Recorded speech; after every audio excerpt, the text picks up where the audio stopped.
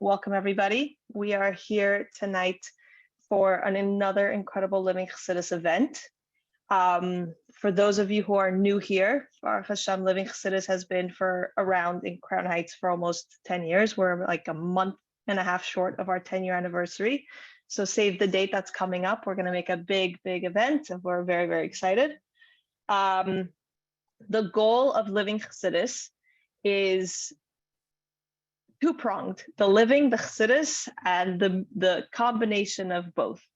So here in Crown Heights, Baruch Hashem, Crown Heights is a central, it's the center location for Chabad Lubavitch movement, and we are the hub. We have 770, and we're right by the aisle, and this tends to be the place where many singles come to spend the time period after seminary or after yeshiva, and then here's the place where they find their spouse. Be'ezus Hashem, it should be very soon for everyone. And throughout the last 10 years, our goal has been to be that, in a certain sense, community center, Chabad house style location, where we help women, young women and newly married women, through these beautiful stages in life. The bubble of seminary tends to pop out at some point or another, and then we live in the outside world life, and here we are. So we create classes, we create support, we create community. And one of the things that we've seen over the years is that during this time period, many women spend it very focused on getting married or very focused on their career, and hopefully also very focused on keeping up their spirituality and their connection and the relationship with Hashem. But many times we reach the next level in our lives, and we kind of wish that somebody would have told us. Somebody would have told us about women's health. Somebody would have told us about women's health. Somebody would have told us about pelvic floor, about pregnancy, about nursing, about postpartum. And many times we spend that time period kind of learning fresh and brand new as we're living through those experiences. So our goal with the life skills series that we run during the fall and the winter seasons are to really give women the life skills that they so desperately need, and not many people are really talking about, especially not the singles. And I believe, and through the support of our mashpiyim and through the support of our rabbanim, we have been encouraged to continue to give this information for singles, newly married, and in this call, from what I understand, we also have some parents that are curious. So we have lots of interesting, curious souls. But the goal of Life Skills Series is really to give you the skills and give you the information now when you're single, so you can think about it and process it, and then feel empowered as soon as you reach that stage in your life. So I want to give a huge thank you to all of our donors and our sponsors. You guys are what make Living Chassidus run. So really, any schus of any woman learning anything through us is all thanks to your incredible donations. And a special shout out to our donors who are monthly. So it's called a Chai Club. So they donate a certain amount monthly. For tonight, we also have, give me 1 second, I'm just gonna pull it up. Tonight, we also have, I apologize, I didn't have this open before. Tonight is also partially sponsored for schus of the engagement of Chai Moshka Bas Menachem Mendel, Chai Moshka Bas Rachel Malka and Menachem Mendel ben Simalea. May they be blessed with a home overflowing with joy, and may they bring joy to others. So a huge thank you for that. Now, tonight's incredible guests are, one of them has actually been my friend for several years now, thanks to a connection with my home birth midwife, Kristen. And she, out of the blue, she said, I have this amazing person who I feel like you'd connect so well. And it's funny to say it this way, but I think she made a great friend shidduch. And Judy Ribner and I have known each other for a few years now, and I absolutely love her everything, her personality and her knowledge and her background. And I think it's such a breath of fresh air to meet from midwives who know the lingo, who know the lifestyle, who know what our life is all about, and bring that level of comfort into the midwifery world within the Frum community. And through Judy, I got to meet her other co-workers, work partners, and now we have the great zchus to hearing from them. So the topic for tonight is so apropos. Grill the midwives, get your most burning questions answered.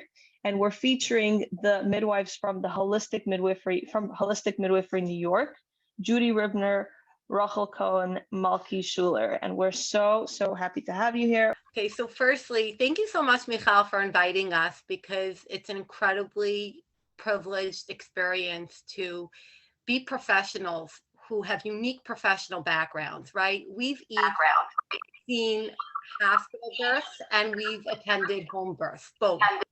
And to share with women who are being surrounded by a society in a hospital, we're excited to share. So we can jump right in. Should we each introduce ourselves? And okay, so I'm Judy. I am a home birth midwife. Today I was actually born. It's my birthday. My mother birthed me with Lamaze. I'm very grateful. I was a product of a peaceful birth. And I went to nursing school. I then went to midwifery school at SUNY Downstate, where I met Malki Schuler. That was quite a number of years ago. And then I went to NYU, where I got my doctorate, called a doctorate in nursing, and it was focused on midwifery research. So, hi, I'm so thrilled to be here. I'm giving it over to Malki and Rachi, my sister midwives, who I've had the most humbling privilege of attending so many powerful, peaceful births with. When Hashem shows up, it's in their merit, not mine. So I want to give it over to them. Happy birthday. I'm so sorry. I didn't realize today was your birthday. I feel terrible. Rachi, did you realize? I think I knew that because of, some... I knew it. I just didn't realize today was, I didn't do any documentation today. So I didn't that yet. Okay. I'll go next. You want to go next, Rach? Go ahead. Okay, go ahead. Go ahead. I'm Malki Schuler. Nice to meet you all. I'm a midwife who attends births at home, and I love it. I met Rachi first, actually. Rachi and I were labor and delivery nurses together at NYU Hospital. I worked there for 7 years. I went right from nursing school to labor and delivery nurse because I knew that I wanted to work with women having babies. And then I went to midwifery school while I was working as a nurse. And then now I'm a home birth midwife, and I love it. And I was just saying the other day, I had gone like a little bit of time without being at a birth. And then I attended a birth, and it was like, oh, thank God, we were just, birth fills you up. It just brings life and light, and it's a real honor and a privilege, and attending women in their homes is just so right. The first birth I attended with Rachi and Yehudis, we were standing in someone's living room in someone's bedroom, sorry, and she gave birth, and I'm just like looking over, and it's like a Frum woman, 3 Frum midwives, her husband's in the corner davening. Like, I just looked around, and I felt it to my core. I'm like, this is how babies are supposed to be born. Like, why does anything else exist? It just into my insides, I was just like, this is how it's supposed to happen. And then ever since that birth, it was just that set me on the path to, I have to do this. So I love it, and I'm excited to be here. Okay, I guess I'll go next. I'm Rachi Cohen, and I am also a midwife. Been a midwife for about 4.5 years, and I got my start as a nurse actually in the pediatric ICU, and then I joined Malki in labor and delivery. and I worked labor and delivery for a little bit. I worked as a midwife at NYU and in a different private practice. And then I got connected with Yehudis about over 2 years ago, and she invited me to start attending births with her. And it kind of, I guess, snowballed from there to, now working together full time. And it really is, it's like once you go into home birth, like it's hard to go back, it's hard to feel like you can, go back into a different setting, because it's like Mafi's saying, it just feels like the right place to be. And it's sometimes hard to explain to people until they experience it themselves. And I was just talking to my husband today about it. He was mentioning to somebody about, home birth, and there's still just so much not even misinformation. I think like Michal was saying, just lack of information. Like people don't know what a midwife is, what the training is, what we do. We're often confused with doulas, and we absolutely love all doulas and working with doulas, but we are, a different profession. We have master's degrees. We're trained in, in emergency skills. So just for people to understand, what it is really that we're doing is really important.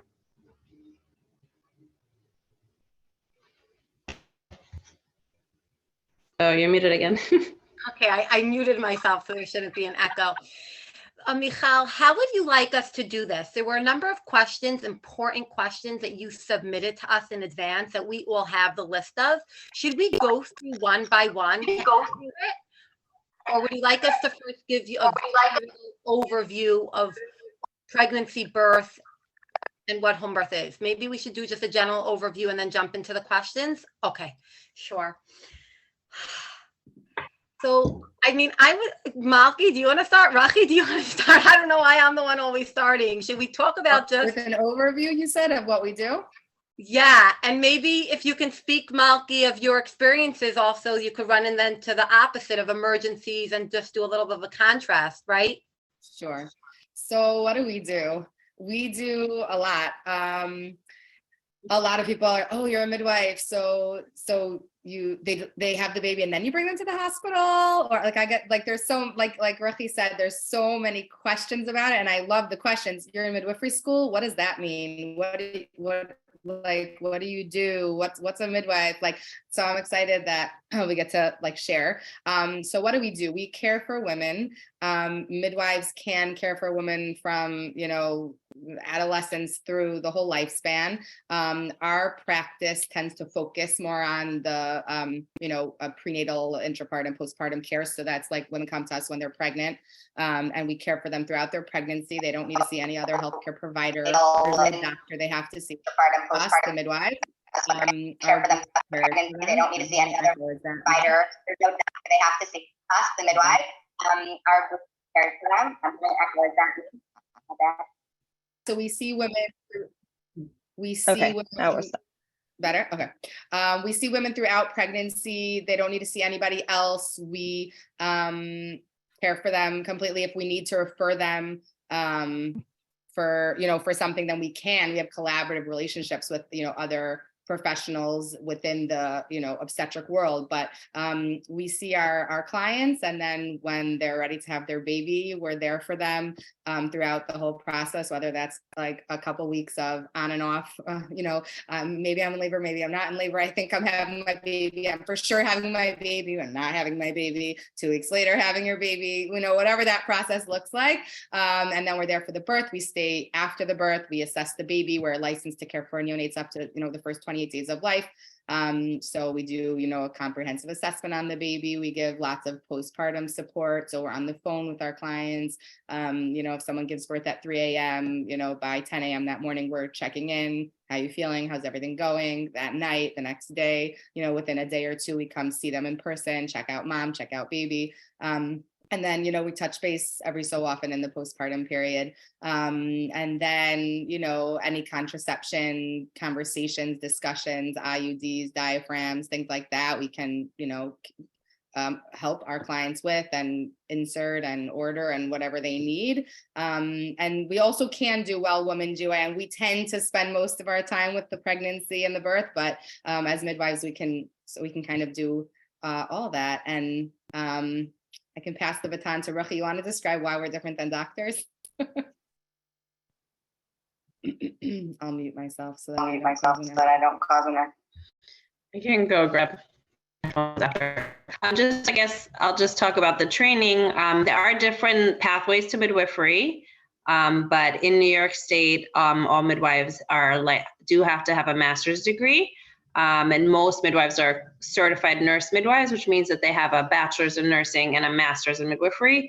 There's a direct entry program where you could become a midwife without being a nurse first, but it's still a master's degree.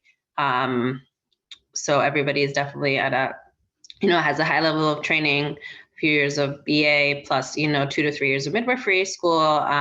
There's a certain amount of births and, prenatal visits, postpartum, GYN visits, and everything that we have to do during our training in order to be considered, competent in midwifery. So that's just important to know in terms of the training. Why are we different than OBs? It's basically juxtaposing the midwifery model of care versus the medical model of care. The medical model of care when it comes to pregnancy is when we look at childbirth and pregnancy as kind of a pathological state, an illness, problem waiting to develop.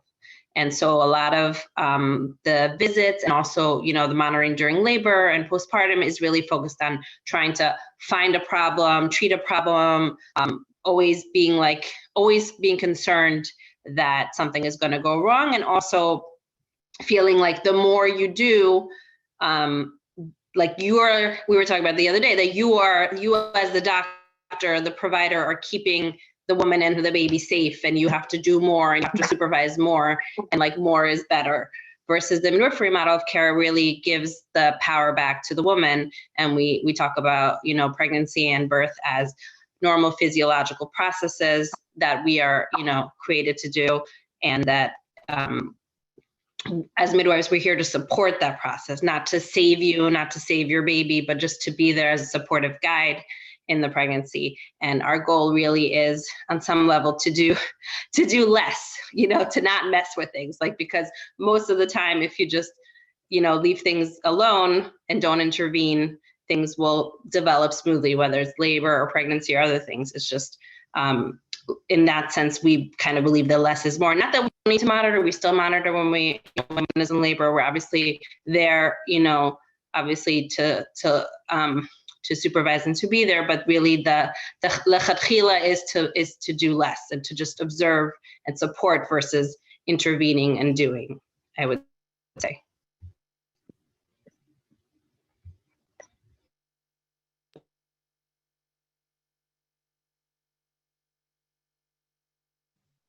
You each gave so much information. I'm trying to think what else I can add. It's exactly what Rachi described and what Malki described. Birth is inherently self-sufficient. For most people, if they didn't interact with a professional, their bodies would grow and birth a baby completely healthily and safely. Now we monitor, so we honor the wisdom of the process, and we recognize, like Rachi said, that when you treat it as a miracle and don't intervene, that's usually when it works best. But we also are clinically astute and attentive and screen all women to identify the minority of them who do develop a complication and benefit from a higher level of care or benefit from a level of intervention that we can provide. We don't have this long list of mothers whose lives we saved, and we don't have this long list of babies whose lives we saved. Birth is not that dramatic. We had 2 women give birth with our practice this week, right? We usually, the births just happen, and it's a gentle, uneventful, peaceful experience where the woman is upright and mobile during her labor, gets into a shower as she pleases, eats and drinks as she pleases, doesn't get a routine IV. We listen into the baby once every 30 minutes during the labor process, and in the second stage of labor, once every 15 minutes, unless there was something in the heart rate that indicated we should listen more closely. And when it comes time to the birth, she births by her instincts. She's not directed how to push. She gets into the position of her choice. We do our utmost to prevent tearing so that it's not common that we need to stitch somebody up. And when the baby's born, we hand the baby to its mother. Now, there can be situations where intervention becomes indicated in a home birth setting, even though nobody created the trouble, even though it wasn't our interference that set the person up for the complication. There can be within the natural process a time that it doesn't work perfectly. And that's why we're there. We're there for those unlikely events. Well, we're there for everyone so that we could give them that support and reassurance and be a loving presence. But from a safety perspective, we're really there for a small minority of the people. Well, only a small minority of our mothers will actually need us skills-wise. And when we are needed, we step forward, right? So we come equipped with first-line medication for a hemorrhage if someone's bleeding too heavily, second-line medication, third-line medication, IV. We have neonatal resuscitation equipment. We have the skills and experience that if we needed to resuscitate, we would. Like if we needed to help a baby breathe, we would. We bring a birthing center worth of equipment to every birth. Usually we don't need it, but it's there for in case we do. We bring suture equipment, and in case we needed to stitch somebody up, we have it. We have the lidocaine. We bring a catheterization kit. Is it likely to be needed? No, but if it were, we want to have it. So having a baby at home in an industrialized country is not a rebellion of Western medicine. It's a cautious use of Western medicine, that we're coming with the philosophy that the less we interfere, the better it will work. But if it doesn't work out perfectly, you have a qualified professional who's trained for a home setting and is not dependent on the infrastructure in a hospital. Can there be a situation where an emergency arises at birth, at home, despite the fact that nobody set the mother up for trouble? She wasn't given drugs during labor that could cause the heart rate to go down. She wasn't lying on her back. Can there be such a situation? Absolutely. And if a midwife, a qualified midwife who's in a home setting cannot competently deal with that emergency, it exceeds the bounds of the home setting, she will facilitate a timely, seamless transfer to a hospital. Most transfers from home birth to hospital, most people who plan a home birth uneventfully at home, if they were like risk appropriate for home birth. Of the transfers, to the minority of people who do transfer to a hospital, most of them are not emergencies. Most of those women are people who decided they'd rather have an epidural, or the labor is just very long. So time is not of the essence. In those rare circumstances where time is of the essence, yeah, a person really has to get to a hospital, and the midwife would accompany them and stabilize them en route. The question becomes, does that mean that for those rare circumstances, every last healthy person should go have a baby in a hospital? And that research has been studied quite carefully. What would happen if we told an entire society have a baby in a hospital? Well, it's easy to get research about that because in our society, about 98% of people go and have a baby in a hospital. So there are about 4 million hospital deliveries every year in this country. So let's look at that research. And if it's okay, I wanted to screen share what it would mean, what the risks would be associated with universal recommendation of hospitals, right? There are risks in being in a hospital from the routine interventions that are used there, that when people choosing a home birth should realize it's not about choosing where can I give birth that it will be risk-free. There is no risk-free birth anywhere. Life has risk. Home birth is a safer setting for a low-risk woman, even though it's not risk-free, and even though there can be a situation that would have been better off had that woman been birthing in a hospital. But you have to think about the situations of women who birthed in hospitals, low-risk women, where as a result of hospital routine interventions, ended up with an outcome that could have been prevented at home. And that needs to be weighed. So I did I prepared some resources in advance for everyone to see them. with their own 2 eyes. I don't want anyone to trust us. It's not just from our clinical experience that we've been in the hospital and we've seen emergencies that could have been prevented with home birth care. I want everyone to read the data for themselves. One thing I want to mention, you know, we're all midwives. We favor midwifery literature. And that some people may see as a limitation to this discussion, right? So I purposely chose resources that have nothing to do with the midwifery organizations. I chose the World Health Organization. I chose the CDC. I chose the New York State Department of Health website. Those are all independent of midwifery. Okay, so I'm going to screen share. Just 1 second.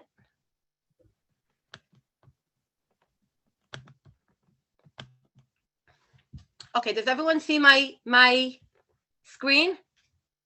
Okay. This is from the World Health Organization. They're stating that the ideal rate for cesarean sections is to be between 10 and 15%. As cesarean rates rise toward 10% across a population, and that means a broad population, that doesn't mean specifically low-risk women. That includes people who have triplets and people who have multiple medical conditions.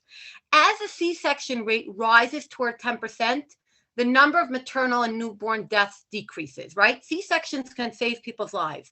When the rate goes above 10%, there is no evidence that mortality rates improve. So a cesarean rate of above 10% does not improve health outcomes as per the World Health Organization. Now take a look at what they're describing here. Cesarean rates are rising globally. In the United States right now, by the way, we have a 32.1% C-section rate as of 2021, according to the CDC. So that means we're more than triple what the ideal threshold should be. That means the majority of cesareans in this part of the world were unnecessary or preventable and were not life-saving, or only became life-saving because of the interventions that were used during the labor process that set the person up for trouble, and that person needed to be rescued from it. So we're more than 300% higher than what's ideal. And the World Health Organization is describing there are countries that are even worse off than the United States. There are countries, and this is just unbelievable, countries like the Caribbean, there's a 54% C-section rate.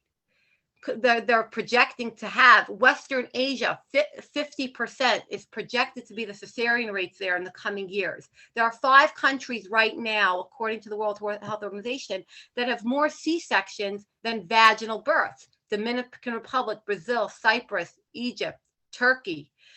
So, right, cesarean sections now outnumber vaginal deliveries. So utilizing intervention cautiously and appropriately is where you have the best clinical outcomes.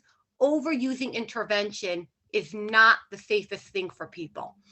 And I find it quite interesting that one of the most common questions that Michal said she's been getting and is sent to us is quite aligned with one of the most common questions we get at consultations with prospective couples. People routinely ask us about safety. So let's take a look here. A hospital, we said, in the United States has, on average, more than triple the necessary and appropriate cesarean rates. Most maternal deaths, this I got from the Maternal Mortality Review from New York State's Department of Health. The most recent one that I was able to pull was 2014. I wish I had something more current. What are like the real catastrophic events when people are worried about safety, those rare circumstances? Ironically, they're disproportionately, 60% of them, related to cesarean sections. Let's look at New York State for a minute. I don't think it's going to let me click on it because this is blocking it.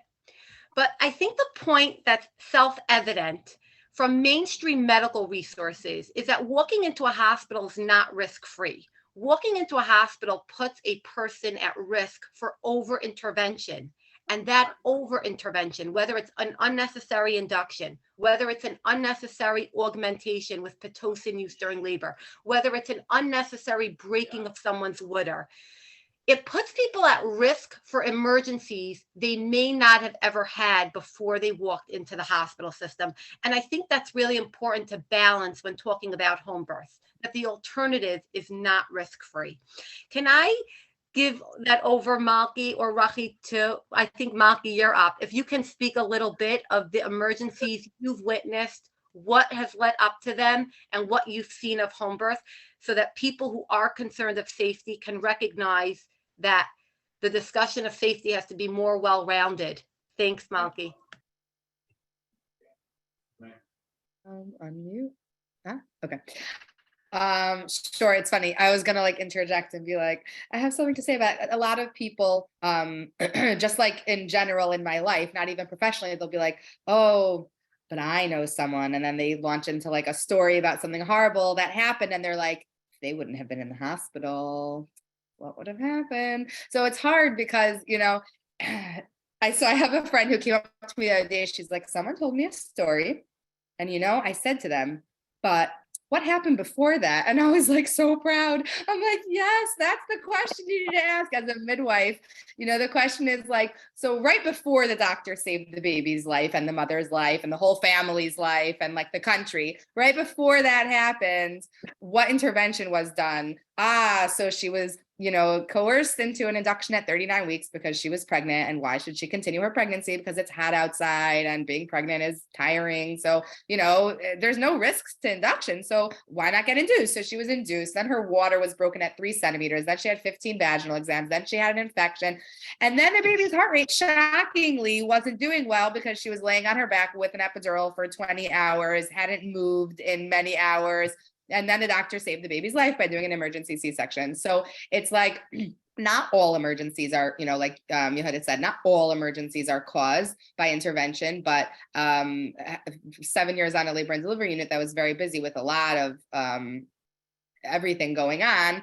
And I definitely have to say the majority of the emergencies, and I've seen every obstetric emergency there is to see, I believe I've seen, and majority of them, if you took like a few steps back and looked at what was done to the woman to interfere with the birth process, it was not like a spontaneous, like she walked into the hospital having an emergency. Like I can't even think of it like maybe a situation where she was sent from her doctor's office with an emergency, but like it wasn't, you know what I mean? Like it's not a common thing that people spontaneously go into labor, a low risk woman with no health issues, her body starts to, you know, spontaneously release her baby. And then all of a sudden the sky is falling in and someone's going to save her life. It's so uncommon.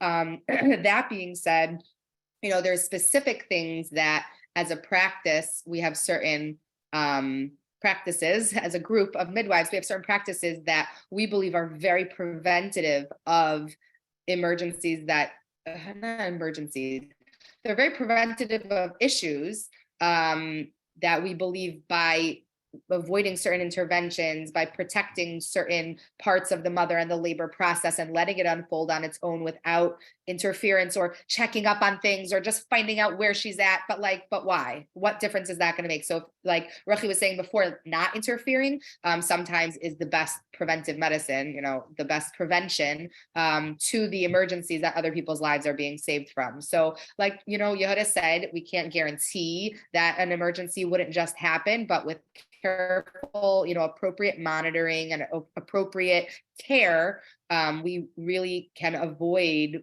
going down certain paths that, you know, people end up. So a lot of people on consultation say, but what if I need an emergency C-section? And it's like, what would cause you to need an emergency C-section? Like, or, you know, what if the baby gets stuck? Okay, did you try all different position changes? Like, you know, did you start pushing only when you felt like an insanely strong urge to bear down and release the baby? Like, or are you doing things because people are checking you routinely and telling you when to do things when your body doesn't feel it? Like, so many things that people are concerned about, which are very valid concerns, especially in our birth culture where everyone, you know, you're pregnant. Oh my gosh, I just heard a terrorizing story. Like so many pregnant women walk around and get bombarded with horrifying stories of other people's births for some reason. Like, does anyone walk up to someone and be like, "You're pregnant? I just had the most beautiful birth. It was so peaceful and empowering." Like, when's the last time you saw that? But for some reason, the scary stories, right? Michal's like, I do that.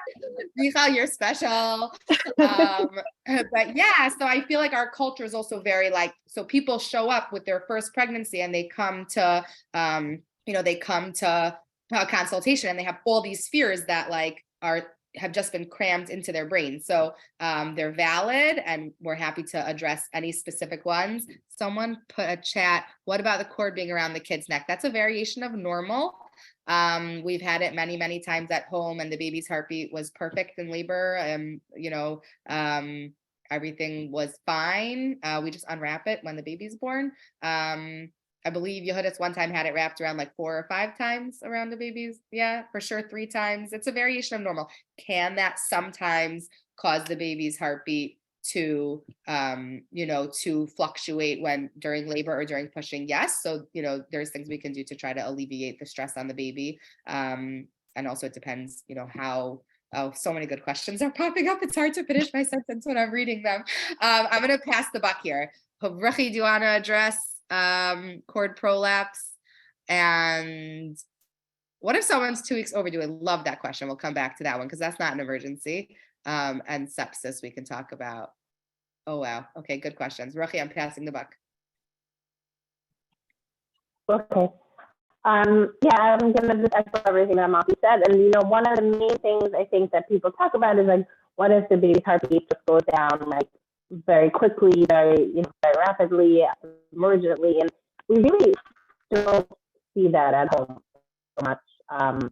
Maybe because we're not using Pitocin, people don't have girls, people are moving around, so it's very rare. And in general, study is laboring, having position changes and things like that. It's prevented, and also in general, it's generally not just like emergency scenario where like the baby is doing like beautifully and the heartbeat is beautiful. All of a sudden, everything just kind of just like goes downhill like immediately. It's more like a slow process, and that is like a situation where maybe we would consider that for if we were like monitoring this baby and we were trying different position changes in the baby. I would have loved to hear, Ruchi, what you were saying. I'm hoping your glitch gets resolved. I just want to share that I used to drive an old car and I was in the mechanic too often. And at a certain point, I got fed up with trusting. So I started to drive a newer car. And one of the hardest parts of being at the mechanic was I knew that any maintenance and repair that the mechanic was recommending obviously increased his profits. And then I felt like I wanted to get a second opinion. But if my car wasn't driving, how can I get my car over to another mechanic to get a second opinion? Fee for service is the way mechanics are paid, where every item of intervention they offer increases their reimbursement. And that's exactly how hospitals are paid in the United States for the most part. And because the dominant reimbursement model in the United States is fee for service, it incentivizes intervention use. So when a person walks into an American hospital, basically your insurance card is taken and every IV, every medication, every intervention is coded for, billed for, and your insurance card gets billed like a credit card. So it's not such a shock that in that context of healthcare economics that we see an unnecessary use of over-intervention. Like, I want people to realize that when they're in a hospital, they should want to get a second opinion, not different than I wanted to get a second opinion when I was in the mechanic shop, because there's the same incentive there. I also wanted to mention that people have asked us, like, what if my Wooders release? Will I need an induction? One of the benefits of birthing outside the context of an institutionalized setting is that, firstly, there's a higher ability for us to individualize care. We're not as tied to protocol as we would be if we were practicing in a hospital. But The guidelines related to clinical care for a home birth setting differ than they do in American hospital. And let's say you break your water in advance. That's like a typical example. About 10% of women release their water before going into labor. It's a variation of normal. American hospitals, there's active management. It means we recommend an induction in New York. Are there some hospitals that they wait 12 hours before inducing? Yeah. Are there hospitals where they'll wait 24 hours?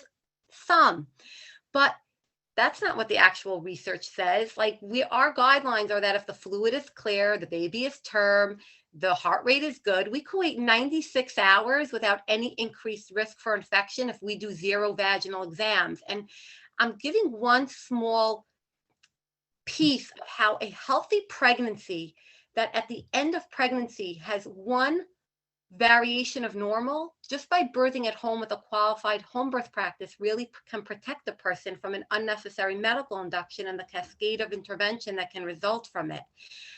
The induction rate right now in the United States is a little bit over 29%. Also, ladies, like the percentage of people who walk into a hospital and have a physiologic birth, one that's not interfered with and instinct-led, is a small minority. And that is the safest kind of birth for a low-risk woman, typically. I want to show you the data on are there benefits to home birth somebody has submitted. And this also, I'm going to share my screen so that everyone can see it for themselves. First, I'll just summarize it. Home birth is a safer setting for a low-risk woman in an industrialized country who gets prenatal care. It's not as safe as the hospital. It's safer. For the woman, it reduces interventions and risks from minor risks like tearing and needing like a more significant tear, like 3rd or 4th degree, to major risks like blood transfusion, postpartum hemorrhage, and major surgery. So for the baby's perspective, the rates of perinatal death are very low for low-risk women at home, and they're comparable to that of low-risk women in a hospital setting. Rates of resuscitation for newborns born in hospitals is higher. And I want to screen share that. This data is Googleable. It's available to the public. If you put in the search terms, New York State best practices for community births, it's going to come up. And it's the New York State Alliance for Licensed Midwives. It's our professional organization's data. And I want to screen share that with everyone so that you can see how home birth is the safest setting. It's not just more peaceful and more dignified and more modest and centers control to women and helps women tap into their inner power and helps babies get born into an energy that's undisturbed and dim lighting and received, you know, in a gentle, unhurried, uninterrupted way. There's more to birth beyond safety, of course. Just having a safe birth is a low standard of care. I mean, safety is a basic in childbirth. Safeguarding the experience, the human component should also be acknowledged. But I want to just pull up the data on the safety so that people who are choosing a home birth and considering it can realize they're not putting their baby at risk because they want a comfortable experience. They're giving their baby a safe setting and they themselves are reducing risks to themselves. So right here it is. I'm going to screen share again. Birth in the community setting in New York State. And this is what the front page document looks like. New York State Association of Licensed Midwives. It's called NYSUM. And these are the professional standards of care that we adhere to. This is a framework that determines who's risk appropriate for home birth. How many prenatal visits should we offer? When do we refer someone to a higher level of care? So this is a professional guidelines that set the standard of care for licensed midwives in the state of New York practicing in a birthing center or at home.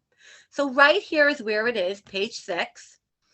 Studies examining the safety of planned home birth must meet specific criteria, right? You can't include people who were birthing triplets at home. You can't include people who had unintended out-of-hospital births, right?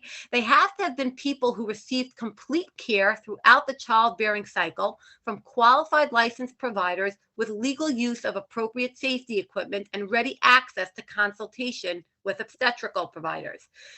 So when you're looking at high quality research that looks at low risk women who've gotten prenatal care with a licensed provider, this is what it shows. A meta-analysis of studies of planned home births show comparable neonatal outcomes and very low rates of intervention. Such studies show lower rates of electronic fetal monitoring, induction, augmentation, epidural, operative vaginal delivery, cesarean sections, episiotomies, labor dystocia, like labor that doesn't move along, and postpartum hemorrhage. These are all the benefits of birthing at home, lower rates of all these complications. Newborns born at home have lower incidence of resuscitation. They're less likely, a baby born at home in a planned risk-appropriate home birth is less likely to need help to breathe compared to a baby being born in a hospital. And rates of perinatal death are very low and are comparable to those in hospital births. I think something also is really important to talk about. I just read to you data that was drawn from many, many thousands of planned home births and many, many thousands of planned hospital births for low-risk women. We don't make clinical recommendations from one horror story. Part of evidence-based practice is predicated on biostatistics and the science of epidemiology, which means you look at outcomes across large, statistically significant populations. And that's where this home birth data is being drawn from. So to Malki's point, can there be a situation where one individual who is risk appropriate for home birth had an outcome that could have been prevented in a hospital? Yes. It needs to be balanced by what the risks would be going to a hospital across large samples of people. I want to mention that people asking us about safety for home birth are right for asking us.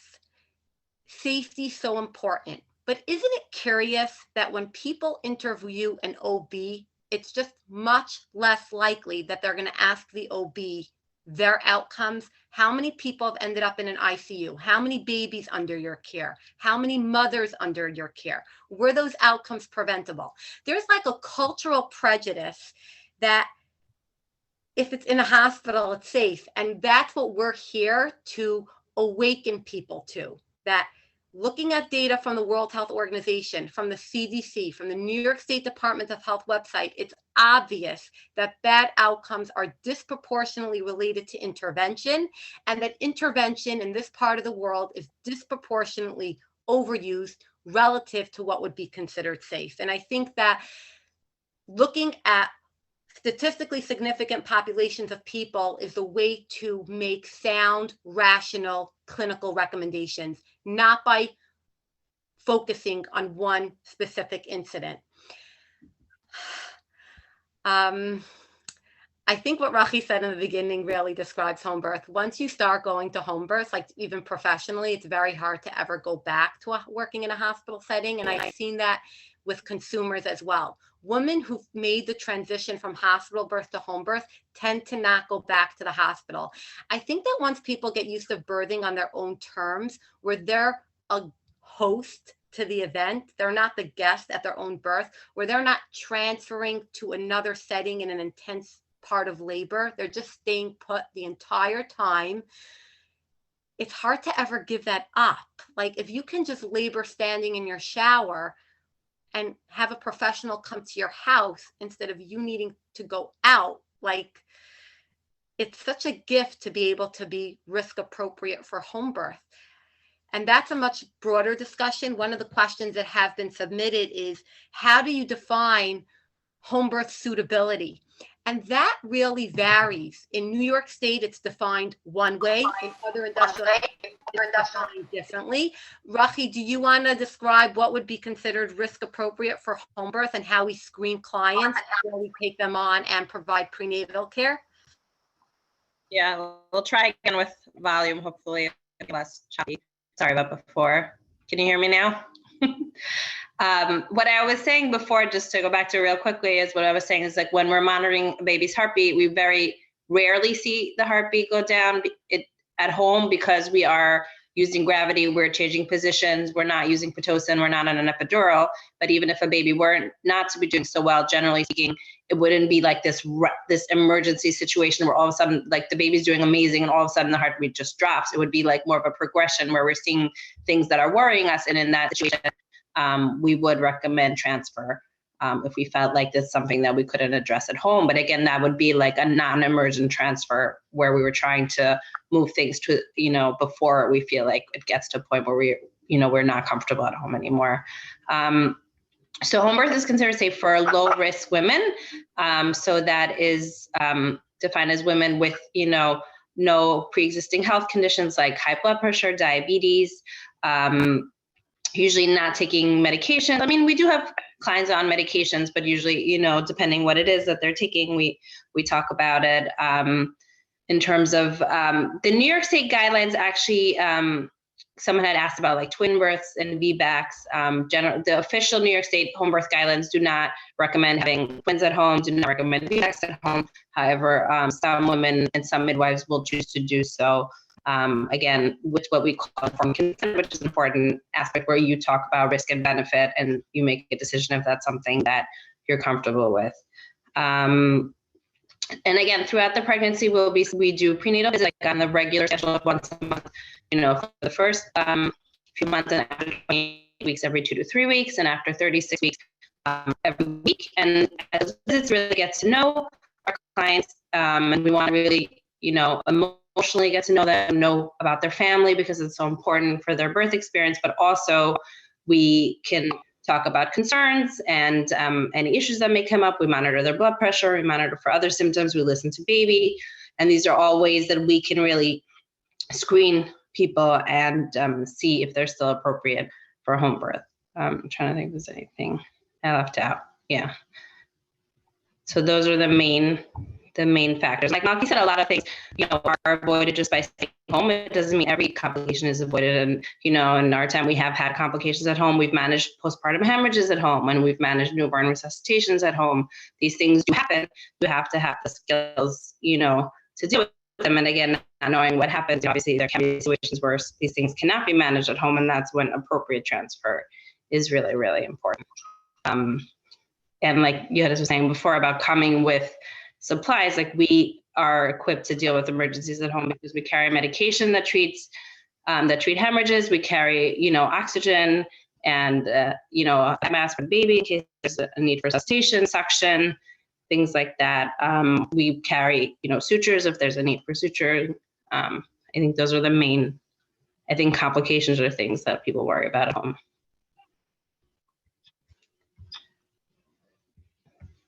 I think Yohannes wants to say something.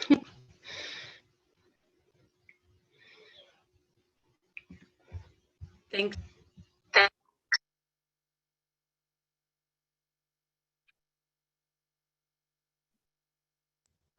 Thanks so much, Rachi, for that. I wanted to just address a few other questions that were submitted in advance to our discussion. One is, does insurance cover home birth? Yes, a lot of private insurance is covered, and in New York State, Medicaid covers home birth. So how to pick a qualified home birth midwife. And that's really important because not different than in any other batch of professionals, it matters that you have the right fit personality-wise, that you're philosophically aligned, and that you're choosing someone who's skilled and qualified. You ask pointed questions at an interview. You try to use your instincts. You can interview a few practices and speak to people who've birthed with the practice, and then gathering all that information, you make an informed choice. I do want to also mention that somebody had submitted a question, what are the benefits of home birth? And I love that question because it's not just about like it reduces unnecessary intervention and that it reduces complication rates. Like there are long-term benefits to a baby being born at home. Let's think about right? We just were at a birth. The baby's born. We don't clamp the cord right away. The baby's cord remains pulsing and receiving that oxygenated blood from the placenta for however long that mother and baby want it. The baby has immediate skin-to-skin contact. The baby's being born in the microbiome of a home. The breastfeeding success rates are higher for home birth compared to hospital birth. The baby's not being exposed to Pitocin use during labor, right? It's an ACOG, mainstream medical guidelines, that Pitocin use during labor is associated. They couldn't establish causation, but there's an associative relationship with autistic spectrum disorder, right? Like a baby's in a vulnerable stage of development in utero.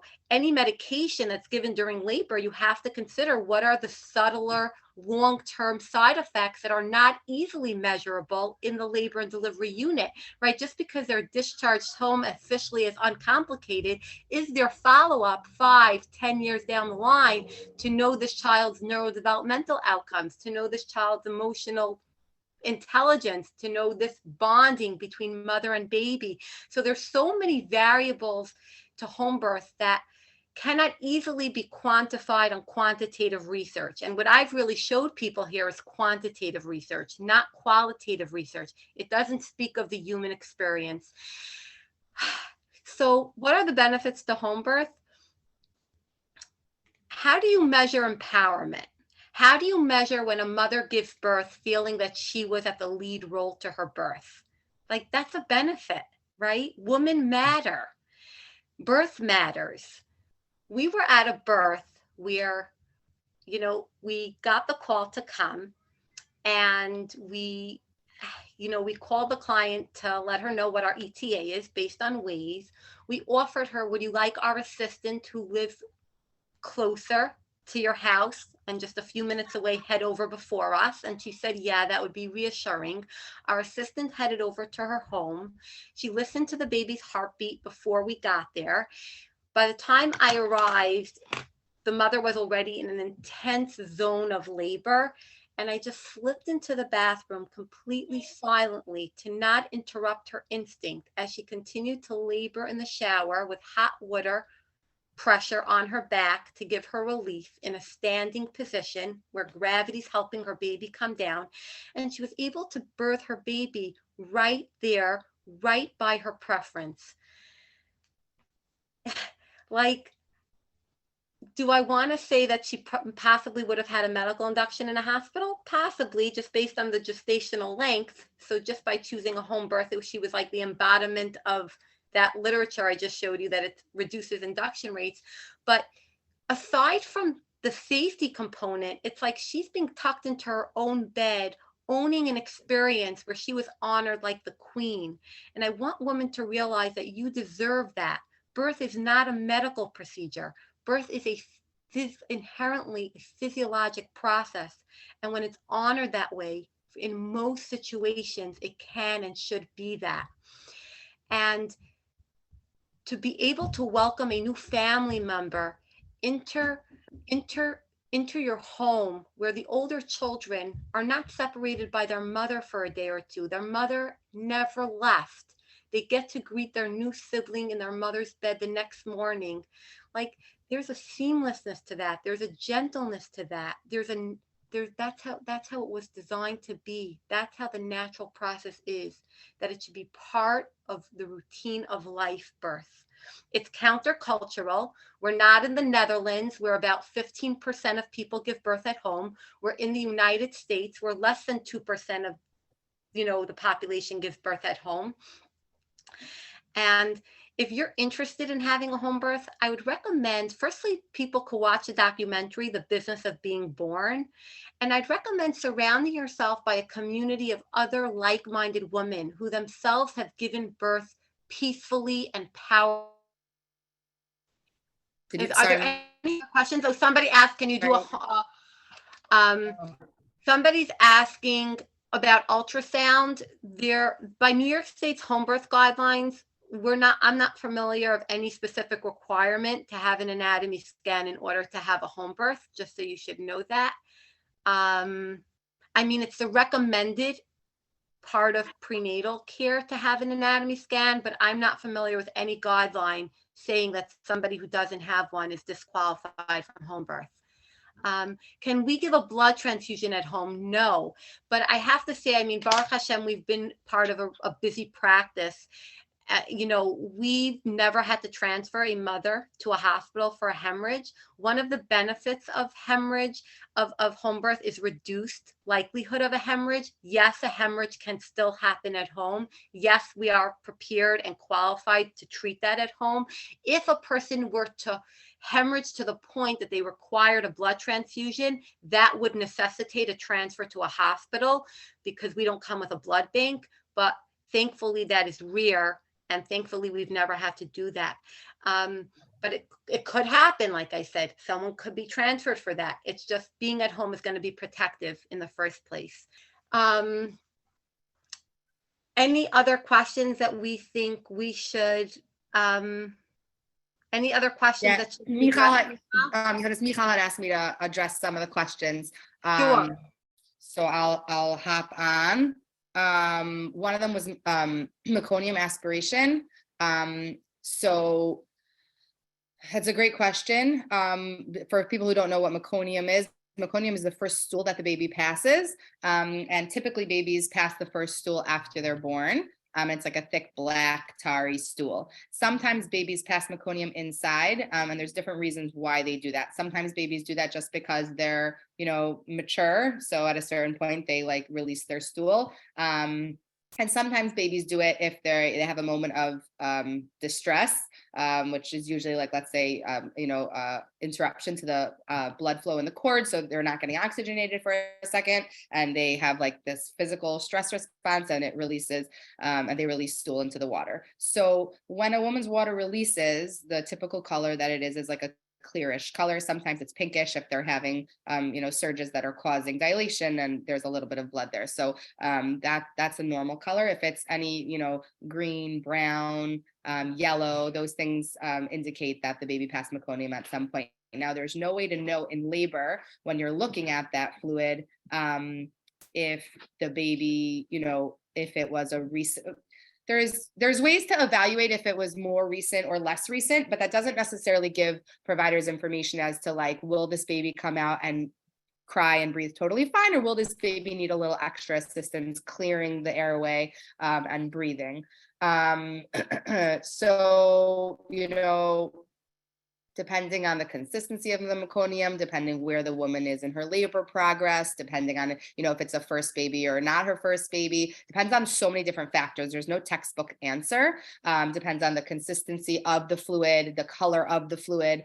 So it's an evaluation. This is why, as providers, even though, like you had said earlier, like we believe that most birth will unfold uncomplicated and we, you don't need us, but it's why I'm not running around telling everyone you should just birth on your own in a field. You don't need me at all, because sometimes we do step in and provide, potentially life-saving intervention. So, there are times when a baby is born with meconium that they come out screaming and breathing just fine. And there are times, just like when there's no meconium, that babies come out and they need a little extra help. So we suction out their airway, and sometimes we have to give a couple breaths to stimulate them to start breathing. If there was ever a concern, there's something called that transition period, where a baby is transitioning from being inside and having all the oxygen come through their umbilical cord and all their nutrients to being outside and having to breathe now. And some babies transition really well, and within a matter of minutes, they're totally adjusted to the outside world. They transition much, the evidence shows they transition much more efficiently and smoothly when they're skin to skin with their mother for many reasons. It helps keep their blood sugar stable because it helps keep their blood temperature stable, and there's that safety level and familiarity. They recognize the smells and the sounds. But some babies don't, have some trouble with the transition period. And if as midwives, we're there, it's not like the baby comes out and then we're like, you did great, see ya. So we're there, we're monitoring in the postpartum period for the, at least a few hours. And if there's a concern that the baby's not transitioning well, and that we have a concern that their lungs, might have meconium in them, they might have breathed in the meconium, and, there's an issue, we have, equipment to monitor babies' oxygen saturation saturation so we can check and see, are they getting oxygen? Are their lungs working enough to get oxygen all the way down to their hands and feet? We can monitor, with our stethoscope, with our eyes, what are we seeing? What does the baby look like? And if we had a true concern that the baby wasn't transitioning well and we needed to transfer, then we would initiate a transfer. The next question that Michal wanted me to address was transfers. So that kind of segues right in. If we ever feel that a mother or baby or the couplet would need to be transferred, it depends on a lot of things, how what that transfer would look like. Is it an emergency that it's like, you have to treat it like any other emergency? You just stop what you're doing and you call, emergency services to take you to the closest place where they can help you. If it's an emergency situation, then that's what we would do. Baruch Hashem, our practice has never had to do that. I hope we never have to do it. But if we would have to, that's what we would do. If it's a situation where, we need to get further evaluation, but it's not an emergency, then there's a little more of a discussion of where should we go? Where's the best place for this woman? So what's the reason we're transferring? And where's the best place to address that reason? So that would be, a discussion we would have with the client. We would present her with the best options that we feel and why, and then we would, facilitate the transfer together. We've had instances where either in pregnancy, someone risked out of care and had to go to the hospital for the birth, or in labor where someone had to be transferred. Again, very, very uncommon in our practice, thank God. But when it did happen, one or more of the midwives accompanied the woman to the hospital and stayed with her as long as we were allowed to. So, it's not like we would just drop a client off at the front door and say, good luck. Obviously with COVID, there's restrictions and, only a certain amount of people are allowed in. So it's up to the woman whether she wants to, have her midwife or her mother or her husband or whoever. But if we're allowed in, of course, we're there to support our client in the supportive role. Obviously, we're not in the midwife role anymore. We don't have privileges in hospitals, so that we're not encumbered by their policies and procedures. But, on the way in, we call in, we speak to the person who's in charge, who's there. We explain who we are, that we're coming in, that this is the situation, this is the care that we're, that we need. So it's not like we're just showing up at the front door and all of a sudden they have to address it. They're there and they're waiting for us and they're ready and they know we're coming. So it's a very seamless, professional, transfer of care from one place to another. What else did you ask me to answer, Michal? Oh, Yehudis wants to, do you want to show the birth bag? Did I see your birth bag? bag? I'll ask you to show the birth bag. I'm so happy to. It is so heavy, but how do we carry this, ladies, up all those steps? But I want to show everyone our birth bag. And the other thing I was going to mention, people asked about pain relief. I think that's such a terrific question, because one of the things that drives people to hospitals, of course, is epidurals. You can't get an epidural at home. The medications pose risk both to mother and baby that require ready access to an operating room. It would not be considered risk appropriate to be in a home setting taking such risks with exposure to those drugs. So an epidural, is the draw to hospital for people. And I want to make the point in saying, you're not going to be lying on your back in your home. You're not going to be on a continuous electronic fetal monitor in your home. You're going to be upright and mobile and can get into the water, and you could take a hypnobirthing class, and you can have a great doula there counter pressuring your back. You can have a really supportive midwife. Like it's such a different labor experience that comparing the intensity of labor in environment that's not your own and where you don't have as much space in a hospital, it's such a different experience at home. Like, we've never been in a situation where somebody wanted us to go to a hospital with them just to get an epidural. Not a single mother. I mean, if somebody ever wanted it, you always could get it. Every hospital federally in the United States is required to accept a laboring woman into their care. So if somebody made the decision in the end, they want to get an epidural, you could always go. It doesn't preclude you. And, our mothers who birth with epidurals, by the way, an epidural is a risk if it will even work, right? There are people who get epidurals and it doesn't effectively numb them. And then it's like they're really in a tough spot because they're on a bed and they're less mobilized. But let's say even the people who've gotten effective epidurals, we have clients like that who birth at home, and I know they're only planning to birth at home in the future. So I think that that's really reassuring that they had a really positive experience. So let's go through, there's a certain euphoria and a certain hormonal milieu of birth that when you don't numb the sensations and you don't interfere with the hormonal process, it's unleashed in a different way after a birth. And also you have to consider what are your goals of the birth? Is your goal to be very connected to the process and be in control as much as possible of your experience and have those sensations of labor guide you into a productive position for birth, and to listen to your instincts in birth so you can birth by your own intuition and by your own bodily cues? If you want that kind of experience, numbing yourself is not going to be able to accomplish that, because those surges, those contractions encourage the mother to take certain positions, breathe certain ways that help facilitate her birth to unfold. So there's so much value to the sensations of labor. This is my birth bag. Thanks to Rachi, we bought this special kind of, this is what it looks like, a special kind of suitcase. My oxygen tank is in my car. So I have an oxygen tank as well, but it's in my car. And this is the first pocket of my birth bag. And this is the inside. So I'm going to go through it item by item. We have lubricant. We don't routinely check people for how dilated they are. We do it when somebody asks us and wants it, or if we think it will benefit them, then we'll recommend it. There's time and place for it, but we don't do it routinely. And so we have lubricant for that. Here we have saline flushes for IV if we were giving a medication IV and needed to flush it. Here we have misoprostol, which is a hemorrhage medication, an anti-hemorrhage medication. Right here is our laceration tray. It's sterile and all sealed so that if somebody needed to be stitched, we have it. This is a sterile speculum so that if we weren't sure if someone's fluid released and we needed to do an assessment for whatever reason, that's what we would use. So that we don't commonly use that. This is a urethral catheterization kit, also not routinely used, but in the event of a hemorrhage and that it was necessary, not all hemorrhages you need to catheterize, but if necessary, we would have it. This is starter IV equipment to start an IV.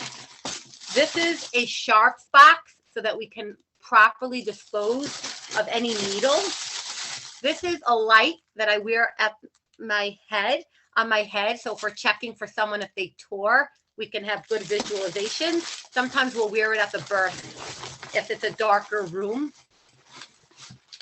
These are blood tubes, because if somebody has Rh negative and we want to test the baby's blood type, we take from the cord at the end and we send it off to the lab so that if they're going to want or need RhoGAM, we have the results back in time to give them the medication within the ideal 72-hour time limit. You can take RhoGAM at beyond 72 hours, but it's optimal to do it within 72 hours. By the way, to clarify about VBAC, a number of practices in New York City do attend VBACs. Someone who's this is a New York State's home birth guideline, someone who's had a history of vaginal birth and cesarean has better outcomes across all outcome measures than a low-risk first-time mother. So there's different types of VBAC. There's VBAC for people who've previously had a vaginal birth. There's VBAC for people who have had a VBAC already. And then there's VBAC for people who have never had a vaginal birth and have not had a VBAC, meaning they've never had a vaginal birth prior to the cesarean or after the cesarean.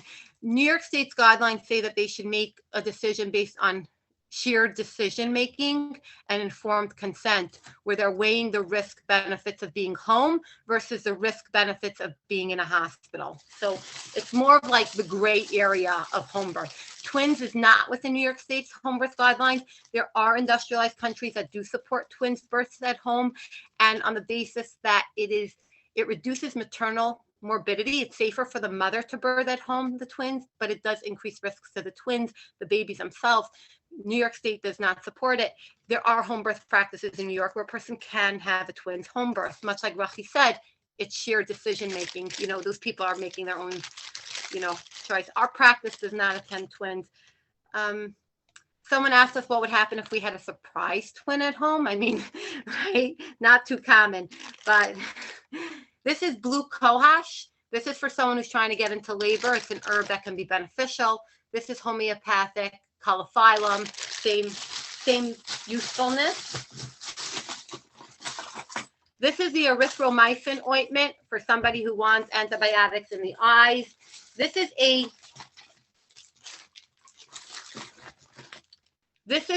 cefazolin. This is antibiotics for somebody with GBS positive who would want to be treated with antibiotics and isn't getting the penicillin. We carry the other medication. We carry both penicillin and cefazolin. Okay.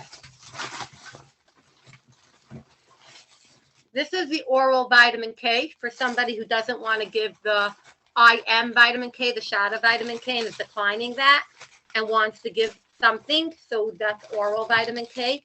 These are syringes so that if somebody needed a shot of Pitocin or a shot of Methergin, we're able to draw up those medications and administer them. Pitocin and Methergin are both meds that we carry as part of postpartum hemorrhage management. We don't give Pitocin during labor in a home setting. That requires ready access to an operating room. That requires continuous electronic fetal monitoring. It wouldn't be risk appropriate to give Pitocin in a home setting. It requires ready access to the infrastructure in a hospital because it poses risks to both mother and baby. Pitocin given postpartum is within the standard of care for home birth. So I just want to make that distinction. We carry postpartum. We carry Pitocin for postpartum use. This is a warming blanket so that if we were doing a neonatal resuscitation, like helping a baby breathe, we can keep the baby warm. This is a connector piece for oxygen. If God forbid we had to give a baby oxygen, and if we were in that situation, we would be transferring to a hospital. But if we had, meaning if we had to give chest compressions and an oxygen as part of the resuscitation, we'd be transferring. So, second. But it would be like given as we're waiting to transfer. You know, we bring it as an emergency equipment.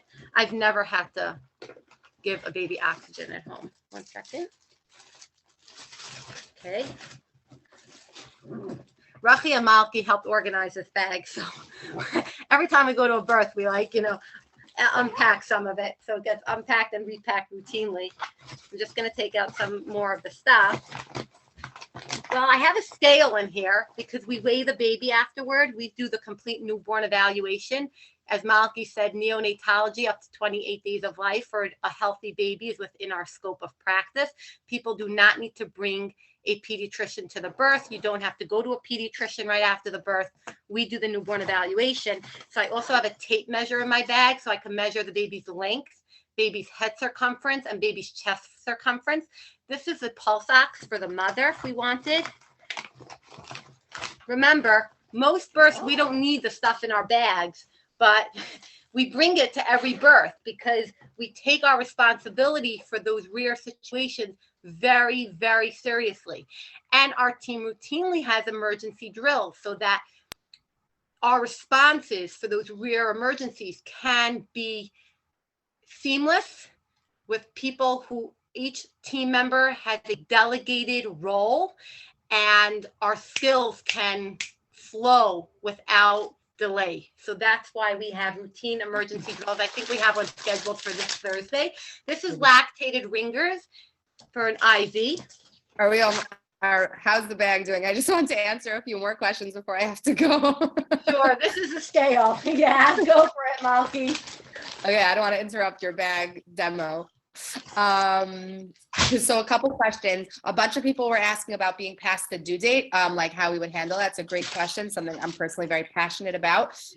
First of all, we're very careful to ensure that we're setting an appropriate due date. We have a lot of mothers who come to us and say they're always many weeks overdue. Someone might say, I'm always 3 weeks overdue. My babies are 7 pounds. That's so unlikely that you're actually overdue. That it's just much more likely that the dating needed to be adjusted based on your cycle length and things like that. So we're very cautious when we sit down for the first visit, or even sometimes on the consultation, we're going through like cycle lengths and, estimated dates of conception, things like that. So we try to set the due date at a very appropriate time. I've had many women who transferred from doctors and said that the doctor gave them a due date based on an ultrasound, and they said it was physically impossible for them to have conceived when the doctor told them that they did based on their due date, because they're like, I literally, like, it's not possible. So the hallmark of midwifery care is we listen to our clients and share decision making, and we come up with a due date together that makes sense based on someone's history. And then that being said, if someone is overdue at 41 weeks, the standard of care recommendation is to go for an ultrasound, a biophysical profile to check on the baby, make sure that the fluid level is fine, make sure that the baby's practice breathing and moving that we bring up, and we have a discussion with the mother about that. And then at 42 weeks, if someone's still pregnant, we would just recommend the same thing, another ultrasound.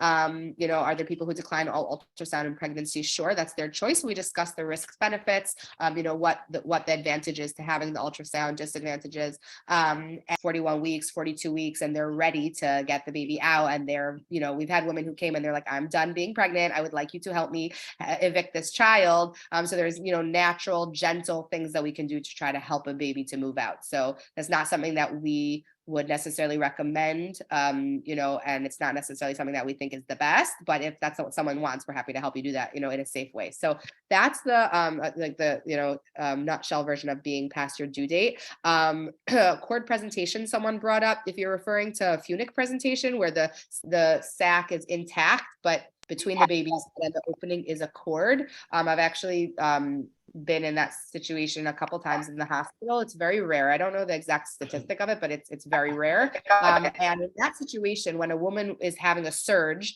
it's going to press on the cord and it's going to cut off the blood flow to the baby during the contraction. And that it's monitorable, if that's a word, on the Doppler. So when we're at a woman's labor, we're listening according to the evidence every 30 minutes, like you had said earlier, during active labor, and then every 15 minutes during pushing for a low risk woman. And that's mainstream medical literature. That's not midwifery literature. That's the mainstream research says continuous fetal monitoring during labor increases risk of C-section and increases the rates of C-section and doesn't save babies. So intermittent fetal monitoring for a low risk woman who doesn't have an epidural, who's not on a Pitocin, who's not being induced, is appropriate, and it's just as safe as the continuous, and it saves mothers from unnecessary surgery. So if you're listening and there's that if there's that Funic presentation that someone's concerned about, the heart rate would dip and it would be unfixable. So even with position changes, even with IV fluids, we would do everything we could to fix it, safely at home. But if we couldn't fix it, that would be someone that we would transfer to the hospital. So yeah, and you can feel it. We don't do exam contraction. Likely we would do an exam, I would imagine, unless there was a really strong reason not to check how far along she is and see if she's remote from delivery or if we can expedite delivery in the home setting safely, and feel the cord there. So if that's what someone's asking, in terms of cord prolapse, which we discussed earlier, it's extraordinarily unlikely that would happen. An indication of situation where someone's better. Yeah. Ladies, we're gonna have to go because we're on call tonight. So we have to have an early night in case we get invited over to somebody's home. So it's been a pleasure. And I want to thank firstly Malki and Rachi for their dedicated time and their extraordinary skills and gentle grace that they bring to every birth. I'm so lucky to attend birth with you. Each of you have taught me so much about midwifery and about birth in general. But I want to also thank each of you for joining, and I'm hoping that it was enlightening. And thank you so much, Rachi, for that wrap up, that it's not risk-free. It's appropriate for the people who want it and are risk appropriate for it, and that they should be supported in their choice, and that options are available. And if it's okay, Michal, if we call it a night tonight? Okay. I hope this was really, really helpful. Malki, do you want to share one last bit? Sure. Do I have anything to say? I think that, that there was a lot of stuff on the chat. I can't even keep up, so I'm trying to like keep up with this and the chat at the same time. I guess my message would be that I don't know, home birth, it's so special, it's so beautiful, and anyone who is interested, I encourage you to read more, I encourage you to learn more, I encourage you to ask questions. And yeah, I don't know what I was gonna say. It was a pleasure speaking about it tonight, and I think that it's an honor to be a part of providing really, really good care to people in a really, really gentle way. Having worked in a hospital system for a lot of years, I saw a lot of other types of care being offered to people in other types of ways. So it's something that we're very passionate about because we've seen the other side of things and we really believe in what we do, which I know you can tell from the, the way we were talking tonight. So thank you so much, Michal. It was really a pleasure. My pleasure. We're able to give people our information if they wanted to contact us. Is that something? I don't know if yes, go for it. Go for it. Oh, I can give our phone number. I'll put it on the chat. Our office number, if anyone. If you're up for sharing it out loud. Oh, sure. I'll say it out loud. No problem. Our office number is 646-907-5515, extension 2. Adele is our fantastic secretary who's happy to answer questions. If people want to have a consultation with us, if they're considering using us and they have specific questions to themselves, or to their birth or their pregnancy, we're happy to answer questions. Like you can see, we're an open book. We're not hiding anything. We're not pretending anything. So yeah, we're always happy to talk with people about birth. Thank you so much. Awesome, my pleasure. If I can just thank you guys, and on behalf of the entire Living Chassidus and all the amazing women that are going to gain so much live now and B'ezras Hashem in the future with the recording. Awesome. Thank you so much. Thank you everyone for joining us tonight, and B'ezras Hashem to be continued. Thank you. Have a good night, everybody. Bye.